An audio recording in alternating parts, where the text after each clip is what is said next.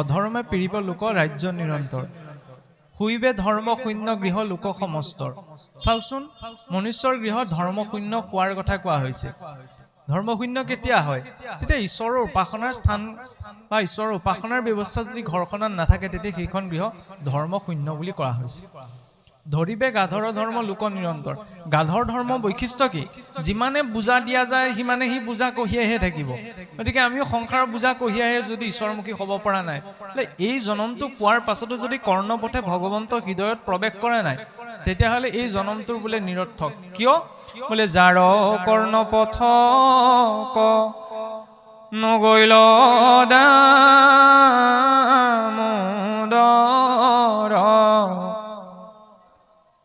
পশুটো অধম সিটো অজ্ঞানী বৰ্বৰ অবজ্ঞাৰ স্থলী সিটো কুকুৰ সদৃশ বিষ্ঠা ভুঞ্জি কৰে যেন শুকৰে সৰিষ উতে যেন কন্তক চুবায়াতি মৰে গাধে ভাৰ পায়া মনে আনন্দ কৰে হৰি কথা শ্ৰৱণত ৰতি নাই যাৰ এহি চাৰি গোটা পশু পতন্তৰতাৰ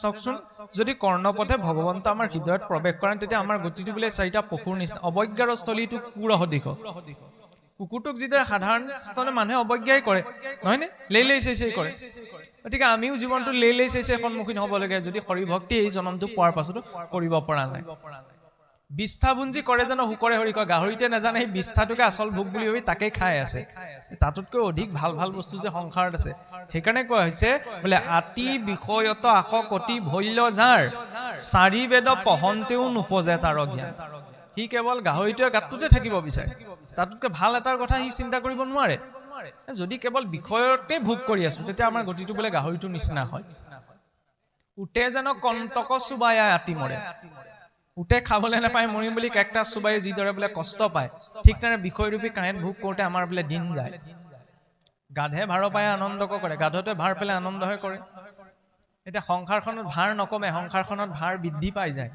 সংসাৰৰ ভাৰ পোৱাৰ পাছত যদি আনন্দহে লাগিছে তেতিয়া আমি সহজে মুক্তিৰ পথটো ধৰিব নোৱাৰো ভাৰ পাই যদি আনন্দ পাইছো কিন্তু আমি কি লাগে যেতিয়া গম পোৱা গৈছে যে নহয় আৰু বহুত ভোগ কৰিলো আৰু এতিয়া অকণমান নিবৃত্তি হ'ব লাগে ইয়াৰ পৰা মুক্তি লাগে ইয়াৰ পৰা আঁতৰিব লাগে তাৰ বাবে কি কৈছে জীৱনত যিখিনি খোৱা বোৱা পোৱা নোপোৱা কাজ কৰ্মৰ মাজত আছো সেইখিনিৰ মাজতে থাকিব লাগিব ভগৱন্তই কোৱা নাই যে সেইখিনি ত্যাগ কৰি হিমালয়লৈ গুচি যোৱাগে কিন্তু সেই দায়িত্বখিনি শুদ্ধতাৰে আচৰণ কৰি ঈশ্বৰক অৰ্পণা কৰি কৰা ভক্ত প্ৰহ্লাদ আৰু ধ্ৰুৱকতো সেয়াই কৈছিল যেতিয়া ভগৱন্তৰ দৰ্শন পালে দৰ্শন পোৱাৰ লগে লগে ভক্ত ধ্ৰুৱ আৰু প্ৰহ্লাদে ক'লে কি যে প্ৰভু আমাৰ মনত আৰু একো ইচ্ছা নাই কিন্তু ভগৱন্তই ক'লে কি যে ভগৱন্তই ক'ব পাৰিলে তোমালোকক এতিয়া মই বৈকুণ্ঠলৈ লৈ যাওঁ বলা কিন্তু নাই নিয়া কি কৈছে ৰাজ্যলৈ উভতি যোৱা নিজৰ দায়িত্বখিনি পালন কৰাকৈ দায়িত্বখিনিৰ জৰিয়তে মোৰ ভক্তি কৰা তাৰপিছত অন্তিম সময়ত তোমালোকে মোকেই পাবা এইটো হৈছে সংসাৰ বিষয় বিমুখিতা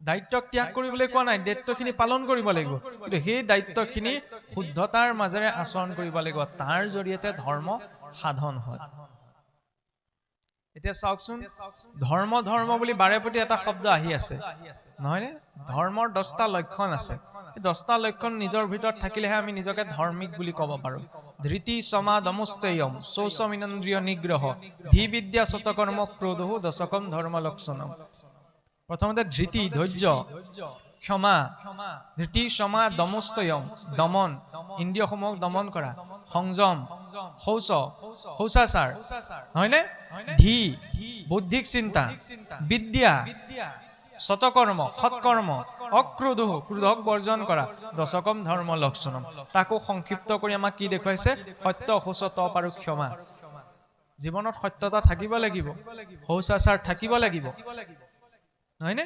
ক্ষমা থাকিব লাগিব, তপ থাকিব লাগিব, তেতিয়াহে নিজকে ধাৰ্মিক বুলি ক'ব পৰা যায়। আৰু সেইবাবে ৰাতিপুৱা শুই উঠোঁতেই সেই সদাচাৰৰ জীৱন ৰাতিপুৱা শুই উঠাৰ লগে লগে আমাৰ আৰম্ভ হয়। ৰাতিপুৱাটো চৰাই চিৰিকটিৰ লগতে শত সহস্ৰ মানুহ সাৰ পায়, কিন্তু যেতিয়া এজন ভক্ত সাৰ পায়, সাৰ পোৱাৰ লগে লগে পোনপ্ৰথম চিন্তন কাৰ? গুৰুৰ চিন্তন, কাৰণ গুৰুৰ জৰিয়তে ঈশ্বৰমুখী হোৱা হৈছে। জীৱই মাতৃ গৰ্ভতে এইটো প্ৰতিজ্ঞা কৰি থৈ আহে, যেতিয়া জীৱ আহি পেলাই মাতৃ গৰ্ভত প্ৰৱেশ কৰেহি, তেতিয়া পূৰ্বজন্মৰ সকলো কৃতকৰ্মৰ কথা জীৱৰ মনত থাকে, কাৰণ সেইখিনি সময়ত মায়াৰ সংস্পৰ্শত নথকাৰ বাবে। আৰু তেতিয়া মাতৃ গৰ্ভত এই বিষ্ঠামূত্ৰৰ সৈতে একেদৰে লেটিপতি হৈ পৰি থাকোঁতে বোলে জীৱই ভগৱন্তক স্তুতি কৰে যে প্ৰভু, এনেদৰে বহু মাতৃ গৰ্ভ ভ্ৰমণ কৰিলোঁ, আৰু মই মাতৃ গৰ্ভ ভ্ৰমণ কৰিব বিচৰা নাই। এই মাতৃ গৰ্ভৰ পৰা বাজ হৈয়ে মই ঈশ্বৰক ভজনা কৰিম। কিন্তু আমাৰ ক্ষেত্ৰত কি হয়? মাতৃৰ গৰ্ভৰ পৰা লভিলা চেতন, তেতিক্ষণে পাহৰিলা কৃষ্ণৰ চৰণ। যেতিয়াই জীৱ মাতৃ গৰ্ভৰ পৰা বাজ হয়, ঈশ্বৰক আমি পাহৰি থাকোঁ।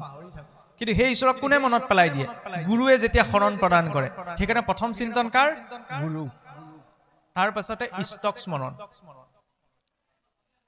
আমাৰতো গুৰুসকলে ৰাতিপুৱা ধৰি লওক এটা শ্লোক শিকাইছিল পাঠ কৰিবলৈ। ৰাতিপুৱা শুই উঠিয়ে জন্ম কৰ্মৰ সাক্ষী স্বৰূপ হৈছে আমাৰ এই দুইখন হাত, নহয়নে? বোলে কৰাগ্ৰে বসতে লক্ষ্মী, কৰ মধ্যে সৰস্বতীম, কৰ মূলেতো গোবিন্দ, প্ৰভাতে কৰ দৰ্শনম। কৰ মানে হৈছে হস্ত, মোৰ হস্তৰ অগ্ৰত বোলে স্বয়ং লক্ষ্মীয়ে বিৰাজ কৰক, হস্তৰ মধ্যত বিদ্যা, হস্তৰ মূলত গোবিন্দ। আজিকালি আমাৰ সলনি হৈ গ'ল। আজিকালি আমাৰ কি আহিলে? কৰাগ্ৰে বসতে মোবাইলম, কৰ মধ্যে ফেচবুকম, কৰ মূলেতো হোৱাটছআপম, প্ৰভাতে মোবাইল দৰ্শনম। কিন্তু মোবাইলটো দৰ্শন হ'লেও অন্ততঃ তাত ঈশ্বৰৰ বা গুৰুৰ চিত্ৰ এখন লাগে, যাতে দেখিলে অন্ততঃ গুৰুলে মনত পৰে, ইষ্টলে স্মৰণ পৰে, নহয়নে? ইয়াৰ পাছতে চাওকচোন, ৰাতিপুৱা শুই উঠাৰ লগে লগে 5 গৰাকী সতীক স্মৰণ কৰা হয়। বোলে অহল্যা, দ্ৰৌপদী, তাৰা, কুন্তী, মন্দোদৰী তথা পঞ্চকন্যা স্মৰে নিত্যম মহাপাতক নাশনম। ৰাতিপুৱা শুই উঠিয়ে বোলে 5 গৰাকী মাইকী মানুহক মনত পেলাইছে, কিন্তু দৰ্শনৰ গভীৰতাটো চাওক।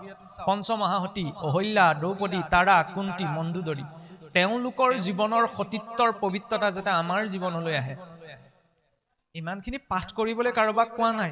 কিন্তু চিন্তাটো চাওক, আধ্যাত্মিক সংস্কাৰ কেনেদৰে আৰম্ভ হয়? ৰাতিপুৱা বিচনাৰ পৰা যে পঞ্চকন্যাক স্মৰণ কৰাৰ লগে তেওঁলোকৰ যাতে সতীত্বৰ পবিত্ৰতাৰ গুণ আমাৰ জীৱনলৈ আহে। তাৰ পাছতে কোৱা হয় বোলে ব্ৰহ্মা মুৰাৰী ত্ৰিপুৰান্তকাৰী, ভানু শশী ভূমি সুত বুধস্য, গুৰুস্য শুক্ৰ শনি ৰাহু কেতু, সৰ্বগ্ৰহ মম সুপ্ৰভাতম। সেইটো শুনাৰ লগে লগে মনলৈ আহে, এই ঈশ্বৰৰ কথা ক'বলৈ গৈ চিধাই ৰাতিপুৱাই গ্ৰহৰ কথা ক'ৰ পৰা আহিল? কিন্তু তাত সেই গ্ৰহ দেৱতাসকলক স্তুতি কৰা হৈছে এইটো নহয়, তাত এটা দৰ্শন আছে। কাৰণ এই শৰীৰটো কি 3টা গুণৰ প্ৰভাৱত আছে, 3 গুণৰ 3জন দেৱতা আছে। ব্ৰহ্মা মুৰাৰী ভগৱান বিষ্ণু, ত্ৰিপুৰান্তকাৰী ভগৱান মহাদেৱ, হয়নে? প্ৰথমতে কি কোৱা হৈছে? ব্ৰহ্মা মুৰাৰী ত্ৰিপুৰান্তকাৰী।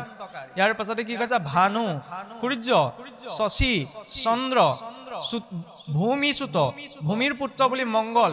বিজ্ঞানেও এইটো প্ৰমাণ কৰিছে থিয়ৰিটিকেলি যে মংগল গ্ৰহটোৰ বিকাশ ক'ৰ পৰা হৈছিল? বোলে পূৰ্বতে পৃথিৱীৰ এক ভূখণ্ড আঁতৰিয়ে মংগল গ্ৰহটোৰ বিকাশ হৈছিল। ইয়াত কি কোৱা হৈছে? ভূমি সুত, মংগলৰ কথা। ভূমি সুতও বুধস্য, বুধৰ কথা কৈছে। এতিয়া চাওকচোন, গ্ৰহৰ ক্ৰমটো যদি আমি চাওঁ, কেন্দ্ৰত সূৰ্যহে আছে, সূৰ্যৰ কাষত বুধহে আছে, তাৰ পাছত শুক্ৰ আছে, তাৰ পাছত মংগল আছে, নহয়নে? তাৰ পাছতহে পৃথিৱী আছে। কিন্তু ইয়াত কিয় কি কোৱা হৈছে? প্ৰথমতে চোন সূৰ্যৰ কথা কৈছে, তাৰ পাছত আপোনাৰ চন্দ্ৰৰ কথা কৈছে। আজি বিজ্ঞানেও এই কথা প্ৰমাণ কৰিছে যে আমাৰ 24 ঘণ্টাৰ পাছত, 24 ঘণ্টা এটা দিন হয়, 24 ঘণ্টাৰ পাছত 25 নম্বৰ যিটো ঘণ্টা, 25 নম্বৰ ঘণ্টাটোত মহাকাশত কি হয়? সেই গ্ৰহৰ স্থিতিটো, আৱেগটো পৰিৱৰ্তন হয়, যিটো জ্যোতিষক সৌৰা বুলি কোৱা হয়। প্ৰথম মহাকাশত কাৰ সৌৰা পৰিৱৰ্তন হয়?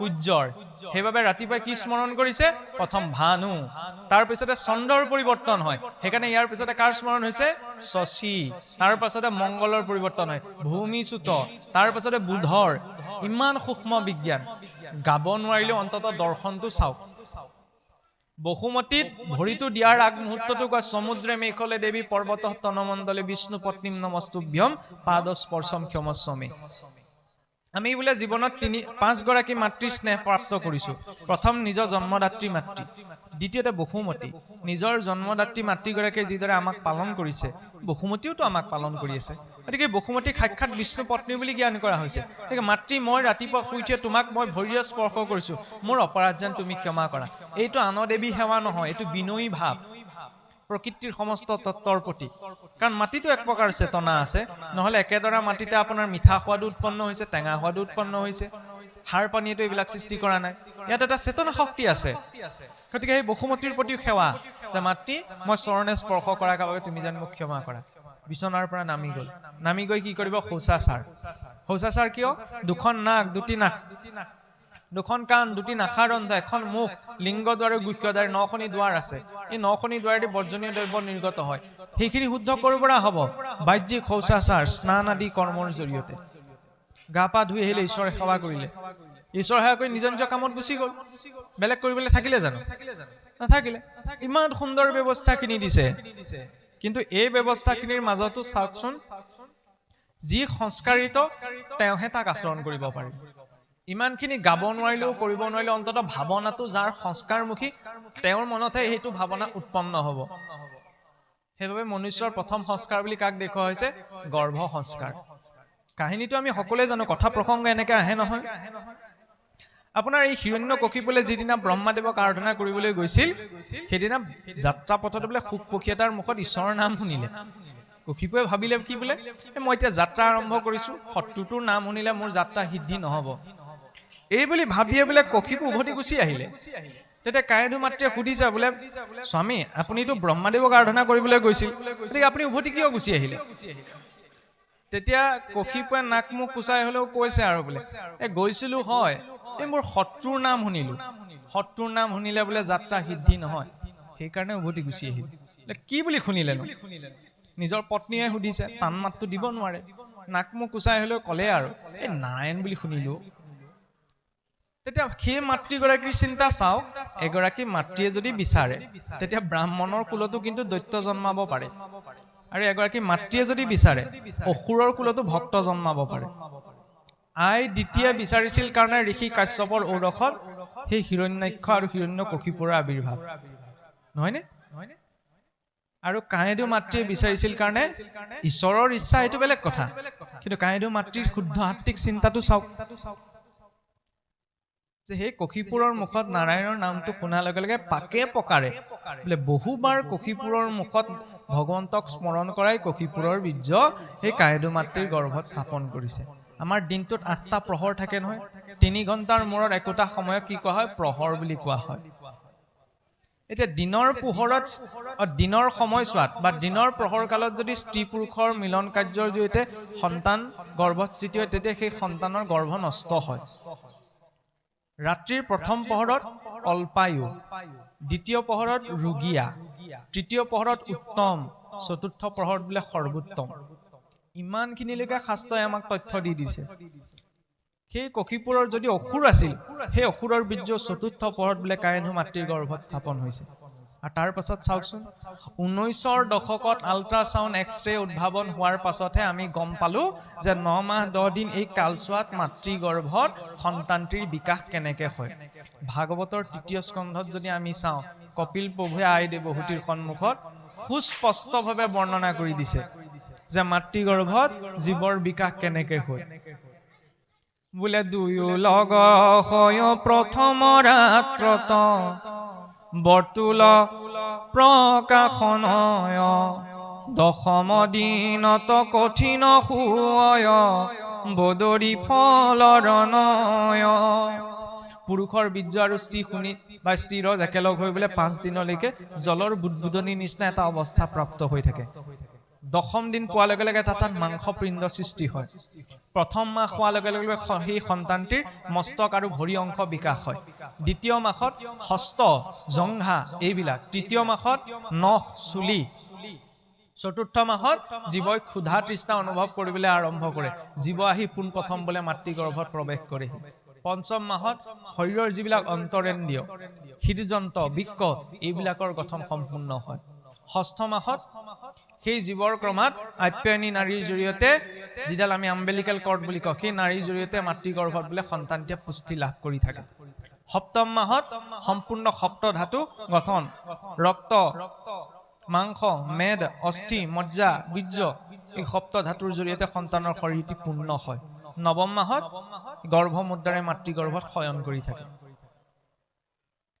আৰু সেইখিনি সময়ত পিতৃ মাতৃৰ সেই সন্তান সৃষ্টি কৰ্মকো যজ্ঞ কৰ্মৰ লগত তুলনা কৰা হৈছে কেৱল ঘৃতাহুতি দিয়াটোই যজ্ঞ কৰ্ম নহয় আমাৰ আকৌ চিন্তাটো কি বিয়া পাতিলে বোলে এবছৰ হ'ল তাৰ পাছতে আমাৰ চিন্তাটো কি বোলে ল'ৰা ছোৱালী আছে নে নাই ল'ৰা ছোৱালী হ'ল নে নহয় খোলাকৈ কৈছো আৰু কেনেবাকে এবছৰৰ ভিতৰত যদি ল'ৰা ছোৱালী হোৱা নাই সেইখাল দম্পতীক সমাজৰ কোনোবাজনে পৰিয়ালৰ কোনোবাজনে ভাল দৃষ্টিৰে নাচায় এইটো এটা ডাঙৰ অন্ধবিশ্বাস বিবাহ হ'ল বুলিয়ে যে এবছৰৰ ভিতৰতে সন্তান জন্ম দিব লাগিব পুনশ্চ কৈছো এইখিনি কথা আমাৰ মুখৰ পৰা শোভা নাপায় হলেও কথা প্ৰসংগত আহিছে কাৰণে কৈছো আৰু চাওকচোন যে এইটো নহয় কাৰণ তাত সুচিতা সংযমিতা পবিত্ৰতা এইখিনিৰ প্ৰয়োজন শাস্ত্ৰ ইমান ধুনীয়াভাৱে আগবঢ়াইছে কাইদু মাতৃৰো গৰ্ভ পালন কৰাৰ সময়ত ক'ত পালন পোষণ হৈছে আমিতো সকলোৱে জানো নাৰদদেৱৰ আশ্ৰমত নহয়নে নাৰদদেৱৰ আশ্ৰমত সদায় সেই শৰীৰ কথা শুনোতে শুনোতে গৰ্ভস্থ সন্তানটিকো প্ৰভাৱ পেলাইছিল কিছু বছৰ আগলৈকেতো সাধু কথা নিচিনা লাগে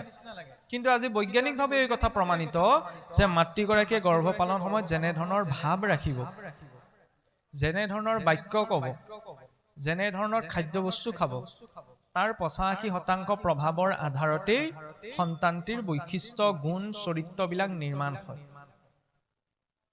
তেতিয়ালে কোৱা হয় এইটোকে কোৱা হৈছে যে মাতৃগৰাকীয়ে যদি বিচাৰে উগ্ৰ গুণযুক্ত সন্তানো জন্ম দিয়াব পাৰে আৰু যদি বিচাৰে শুদ্ধ আত্মিক গুণযুক্ত সন্তান জন্ম দিয়াব পাৰে কিন্তু মাতৃগৰাকীৰ ওপৰত নিৰ্ভৰ কৰে সেইকাৰণে চাওকচোন আমি যিটো সমাজ সংস্কৃতিত ডাঙৰ দীঘল হৈছো এইটো পিতৃ প্ৰধান সংস্কৃতি নহয় এইটো মাতৃ প্ৰধান সংস্কৃতি ফৰ্মখন ফিল আপ কৰিবলৈ যাওঁতে ফাদাৰ নেমটো প্ৰথমতে আহে মাতৃ প্ৰধান সংস্কৃতি বুলি কি সৃষ্টিৰ প্ৰথম নাৰায়ণে কৰাৰ পৰা আৰম্ভ কৰিছে মহামায়াৰ পৰা মেইন ডিপাৰ্টমেণ্ট গীতাকে আইসকলক দি থৈছে বিদ্যাৰ ডিপাৰ্টমেণ্টটো দেৱী সৰস্বতী ধন ঐশ্বৰ্যৰ দেৱী লক্ষ্মীক আৰু গৃহস্থী ঘৰখনকো সেইকাৰণে কোৱা হৈছে বোলে আইগৰাকী ক'বলৈ গ'লে চাওকচোন ল'ৰা ছোৱালী জন্ম দিলেই পিতৃ মাতৃ বুলি কোৱা নহয় ল'ৰা ছোৱালী জন্মটো আপোনাৰ পশু পক্ষীও দিয়ে নহয়নে মাতৃগৰাকী চাওকচোন মাতৃ দুগৰাকী নহয় উত্তানপাদৰ পত্নীৰ ৰূপতে যদি চাওঁ এগৰাকী সুৰুচি এগৰাকী সুনীতি সুৰুচি নিজৰে ৰজা উত্তানপাদৰ দ্বিতীয়গৰাকী পত্নীৰ ধ্ৰুৱক নিজৰ সন্তান বুলি ভাবিব পাৰে তেনেগৰাকী মাতৃটো আমাক নালাগে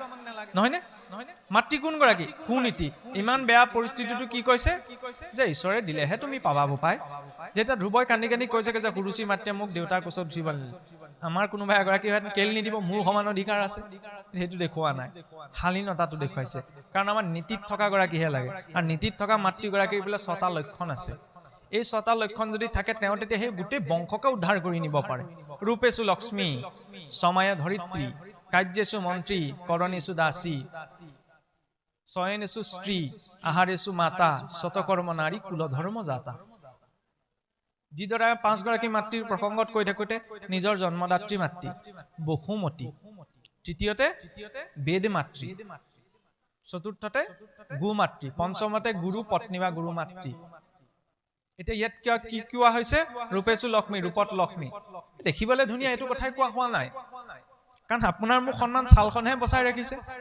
ছালখন এৰুৱাই দিলে ময়ো আপোনাৰ ওচৰলৈ যাওঁ আপুনি মোৰ ওচৰলৈ নাহে গতিকে বাহ্যিক সৌন্দৰ্যতাটোৰ কথা তাত কোৱা হোৱা নাই লক্ষ্মীৰ পৰা শিকিবলগীয়া কি আছে সমগ্ৰ বিশ্ব ব্ৰহ্মাণ্ডৰ ধন ঐশ্বৰ্যৰ তেওঁ অধিষ্ঠাত্ৰী বহি আছে ক'ত নাৰায়ণৰ চৰণত অকণো অহংকাৰ নাই নিৰহংকাৰৰ প্ৰতীক হৈছে সেই দেৱী লক্ষ্মী গতিকে ভক্তি মাৰ্গতে হওক যিকোনো নিৰহংকাৰ ভাৱটো প্ৰয়োজন সেই নিৰহংকাৰটো ভাৱটো আহিলে সৌন্দৰ্যতাটো স্বভাৱতেই আহে সেইটোকে কোৱা হৈছে ৰূপেশু লক্ষ্মী সময়া ধৰিত্ৰী ক্ষমাৰ সময়ত তেওঁ ধৰণীৰ দৰে মাতৃগৰাকী একো ঘৰখনত কোনোবাই কৰা যিকোনো ভুল অপৰাধ বুলি গণ্য নকৰে। দেউতাকে মনতে ধৰি থাকিব পাৰে, কিন্তু মাকে কেতিয়াও অপৰাধ সন্তানৰে হওক ঘৰখনে হওক ধৰি নাথাকে। বসুমতীয়েও যিদৰে ইয়াতে আমি